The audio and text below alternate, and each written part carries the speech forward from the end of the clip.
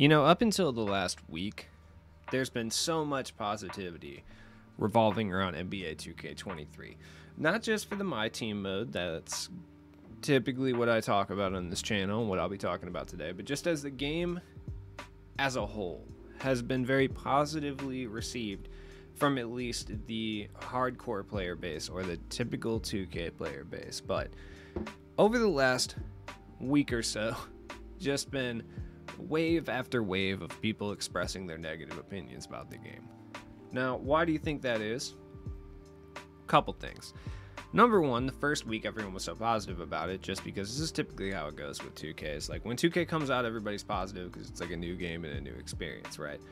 Number two, the 2K positive army was out in full force just kind of smacking down every single, if I have, any skill of editing, I'll put a smack sound in there, but I don't.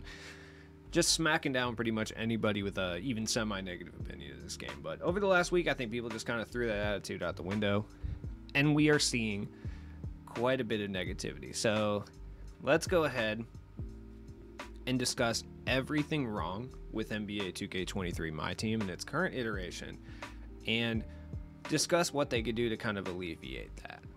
So we'll start with XP, right? XP and the agenda as a whole. I know a lot of people don't mind the XP system, and I don't necessarily think it's the worst thing in the world. The only thing I would change here is just like, give me a small amount of XP for just playing the game. Right, like just a tiny bit, dude. You don't have to go crazy with it. Even if they raised the actual XP amount from 150 to say like 200, 250, like, or 300, like a game like MLB The Show does, that would be fine as long as I was getting XP for actually finishing games. Because as it currently stands, like, you don't get any XP from finishing the games, and it would just make it overall a better experience, right? Now, as far as the agenda, the problems with the agenda are just immense. There's just so many, okay? Right off the bat, win streaks, dude.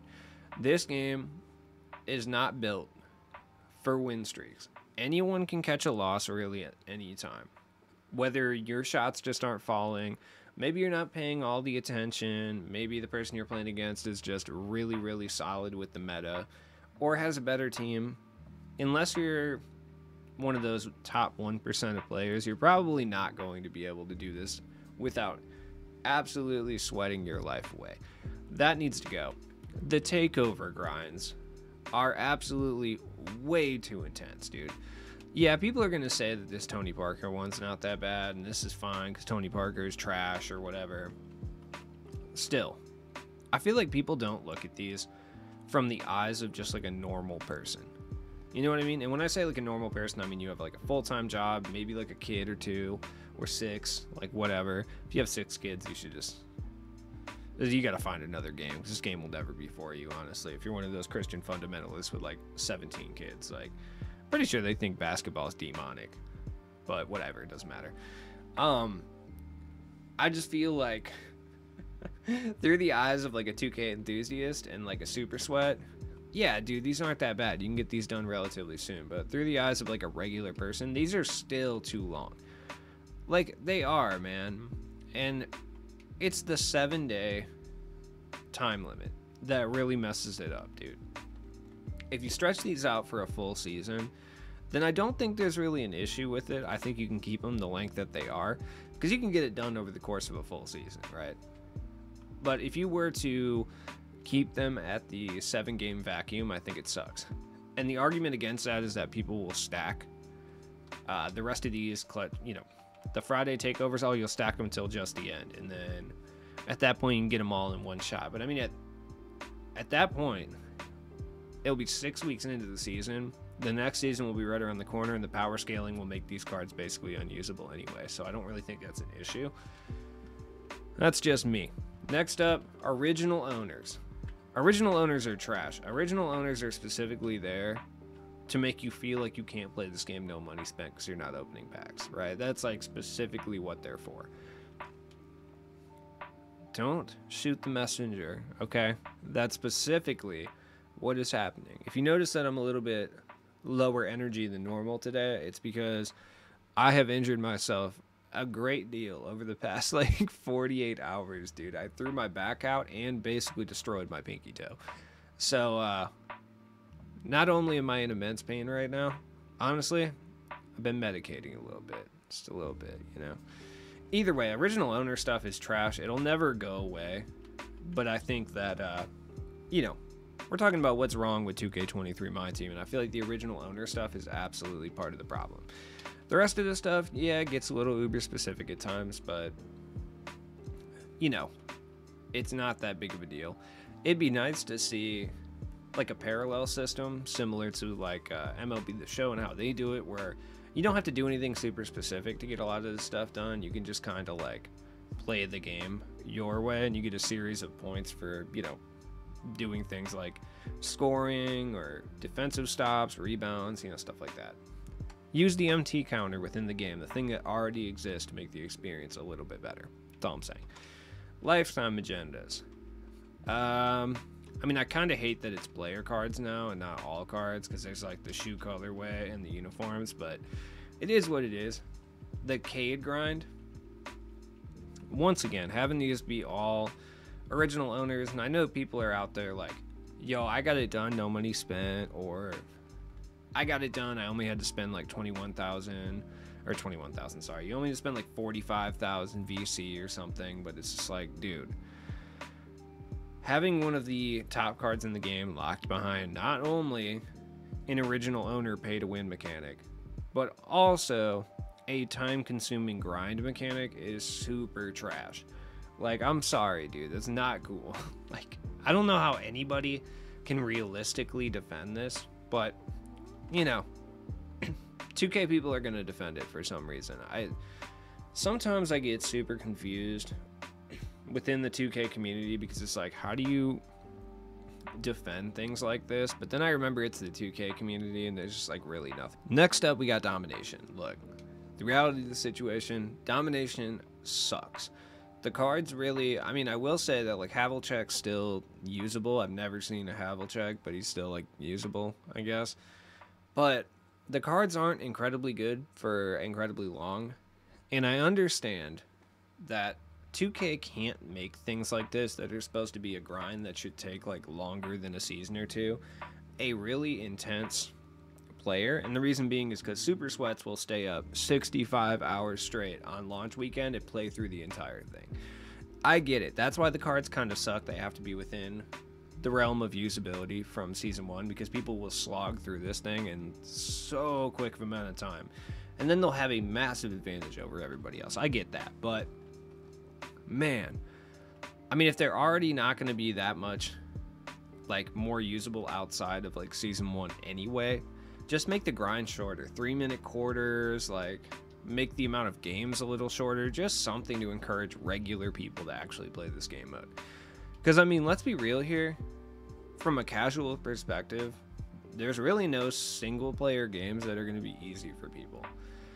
Like, Triple Threat would be an excellent example of this, because I hate Triple Threat with like a burning passion, and the reason I do is because why in just an offline game mode that's just for fun, that resets after every season, why only the first 50 games, where you basically get nothing for those 50 games? Like, let's be real, the best prize you get is a diamond shoe boost at the very end. Why are only those 50 games on pro or below, and then 150 more until you actually get out of All-Star difficulty, only to have to get another 50 on Superstar to get the centerpiece, and then it reverts back to pro after you get the centerpiece, right? Like, the reward for grinding this much, in addition to the centerpiece, obviously, is the ability to play on the difficulty it should already be on.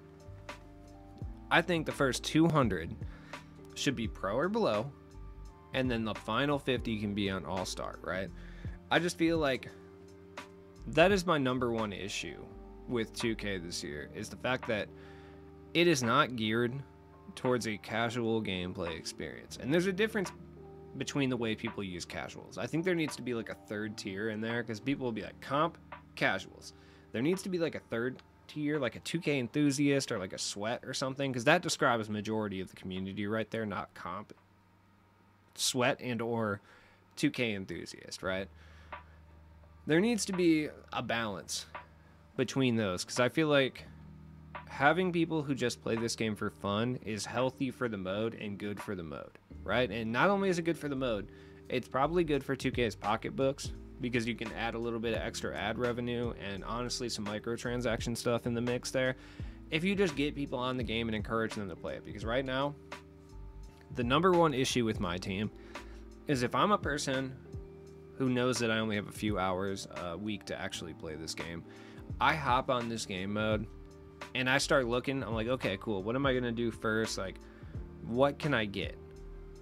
And honestly, just looking through this, like, yeah, a person who's not too familiar with 2K may think to themselves, like, oh yeah, I can get these 2 diamonds right here if I play triple threat. But that's not going to happen. I don't think I even know anyone who got the takeover players in legitimate means, or RNG means, I should say. Like, that's not accurate. You hop on clutch time, yeah, the first 10-20 games are cool. After that, it's an absolute dumpster fire, dude. Like, you know what I mean? The challenges are fine, but you can only do those for so long before you get bored, you know? So there needs to be some single player offering that would allow people to experience the game in their own way and still be rewarded for it. Now I'm going to talk about smaller grinds in a second anyway, overall, but let's touch on multiplayer, right? Multiplayer, just fun. Clutch Time Online, I believe, does need to do away with the reset system. I just don't understand how anyone could argue for the continuation of resets on clutch time. It doesn't make any sense. I know it's 3 wins straight or 3 losses straight, so it's like, get good, bro, or whatever you're gonna say. But at the same time, it's like, dude, sometimes it's just not in your control. And also with the lack of casual players on this game, and even the lack of a lot of 2K enthusiast players in this game at this moment, like, you're gonna be matching up with sweats all day, every day. Like, my record is trash, dude. I'm 54-36. It's not great out here, right? I'm having a bad time. I suck, dude. Just know that before you listen to me talk any further. I'm not a comp guy, okay? But I still get matched up with people with astounding records, right? And I know the MT logos don't mean anything, but when you have an MT logo and 4 trophy case players plus Scottie Pippen, I happen to assume that you're probably pretty decent at the game because you play it way too much, right? So the matchmaking is not exactly helping me out. So you can obviously get reset. I mean, I'm not ashamed to say I've gotten reset twice this year already, and it's infuriating both times. Like, they need to do away with the reset feature. Honestly, I don't think they need to do anything in Unlimited. I think Unlimited is one of the bright spots of this year, and there's really nothing they can do to change it. You're rewarded win or loss.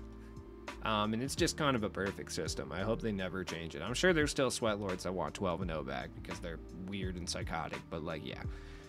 Limited's fine too. I don't specifically see any issues with Limited. I mean, we're getting our little option pack with 11 cards, so cool. Draft, they need to lower the MT amount for draft. Like, 21,000 for draft is stupid, especially when they took away the Friday players from draft. There's really no reason until they drop like a cracked out Tuesday guy to even touch draft at this point, you know? So lowering the MT amount would allow people to play draft for fun, which I think that would be a good thing. Honestly, it should just be free. Like, let's be real. It should just be free. Like, it should. But 2K would never allow that because I got to monetize it in some fashion. So at least make it like 10,000 MT. I would play it for 10,000 MT. I'm still losing half of that, even if I win every single game with the prizes that are on offer. So, you know, I guess it doesn't really matter.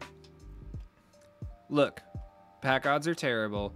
I know you've seen dudes on Twitter who pull every single pink diamond, but A, they're not telling you how much money they spent. And B, I just don't even know how that's even happening, to be honest. As someone who opens a lot of packs for a lot of years, I don't know how people are getting so lucky this year because the pack odds seem to be worse than they've ever have in the past, but whatever. Increasing pack odds, or at the bare minimum, just lowering the amount of VC it takes would do wonders for the actual mode. That's just how I feel. Just wait till we start getting guaranteed pink diamonds in boxes. I'll just wait. It'll definitely happen, dude, for sure. Wouldn't even be shocked to see it happen on Friday. Honestly, I wouldn't. Now, the token market, I think, is a big problem as of right now because you're just not able to really get anything That's, you know, really helpful at this stage in the game from the token market outside of like Giannis. Giannis is still super tight. A couple other cards too. I mean, there's some decent current series guys that are very usable at this point, but I'm excited to see the regular token market come back. The auction house, I mean, there's nothing really that needs to be changed necessarily. I mean, it's hyperinflated. Exhibitions, oh boy. Yeah, including holographics and exhibitions. Come on, too. I knew they were gonna do this at some point. Like, exhibitions have been like a very welcomed addition to the game because they allow you to use cards in your collection that are normally just collecting dust, and you do get like tiny little rewards, nothing crazy out of it, right? If anybody's got anything really good out of the exhibition, comment down below, but I just don't feel like that's happened. But including things like not even just hollows, but like specific team hollows. Like I need 2 Thunder hollows. Like that's oddly specific. Also, like, how am I doing that? Because like there's not very many promos in the game, and you can't get hollow current series guys. So like, how is that even occurring, really? And then like, I need a season 1 volume 1 hollows emerald. Super specific, dude. Super. I need 3 of them, by the way, to get this done. And I swear I'm gonna do all that and get 750 XP. Like, minimum the prizes need to be raised up, because it's just like, dude, what is going on? This one, more hollows. 3 hollows, 3 hollow challenges, dude. It's cracked out and it needs to stop. The exchange kind of needs to be lowered too, but it's all centerpiece stuff at this point, so whatever. Nothing really crazy. They haven't started requiring graded cards yet. Granted, they're tying that in with a lot of XP stuff, so, but whatever, it is what it is. It's fine. Overall, when it comes to the agenda and the takeover players specifically, I think the number one thing that is wrong with 2K23 My Team, and the number one change that they could make that would exponentially improve the mode, is to buff the experience for a casual player, right? When I say that, I mean they need to lower the difficulty on some of these offline modes so that people will actually play them and start to get addicted to the gameplay, you know, and enjoy the gameplay of it, instead of just like trying for an hour, getting discouraged and turning it off and going and playing a game that rewards them, you know, like MLB The Show, for instance. Or if you're in the UK or Europe in general, FIFA. Like, the fact that an EA game is outpacing you in rewards is crazy. Honestly, it's despicable, to say the least. There needs to be grinds that when a player hops on, they could reasonably be rewarded with not just a reward, but a card within a few hours. And I'm not talking about a content creator few hours, because this is a content creator 3-4 hours right here. This is a normal person like 20. Okay, let's be real. And the reason I say that is because, like, dude, a normal person doesn't want to come out, like, jump on this game, play the same 3 challenges over and over and over again until they get it done for Tony Parker. There needs to be grinds where someone can hop on, be like, oh, okay, I get a Ruby Katino Mobley if I, or, you know, like someone of that nature, if I play 15 games, period. Or I just win 15 games, no specific mode necessary, right? Those kind of grinds need to exist. Because I've talked to a lot of people who aren't 2K enthusiasts and are barely even on a casual level. And they will literally tell me, dude, I don't play My Team anymore, because when I hop on My Team, everything is so daunting.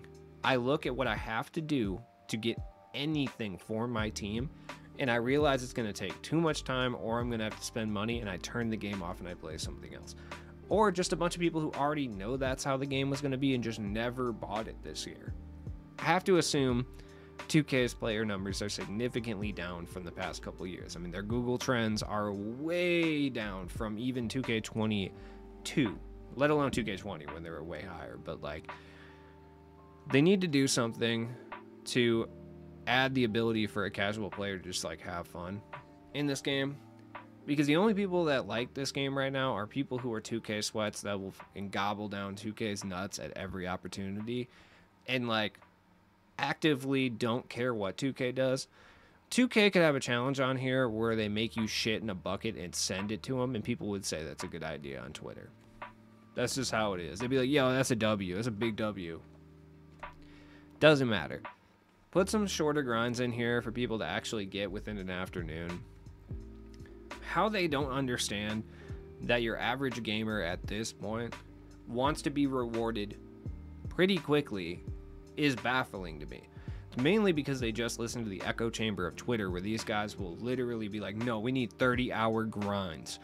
Because I play 2K and I don't want anyone else to get rewarded but me, because I play 2K with the heart of a champion or something, right? We need some grinds that you could hop on reasonably on a Saturday afternoon. You got like 2 hours to play before your wife makes you go to a pumpkin patch or something, dude. Take a bunch of pictures in like a Patagonia sweater, right? We need something like that so that the average person can feel rewarded. I don't know. Let me know what you think down in the comments below. It's been your friend Cheap Lids. Peace.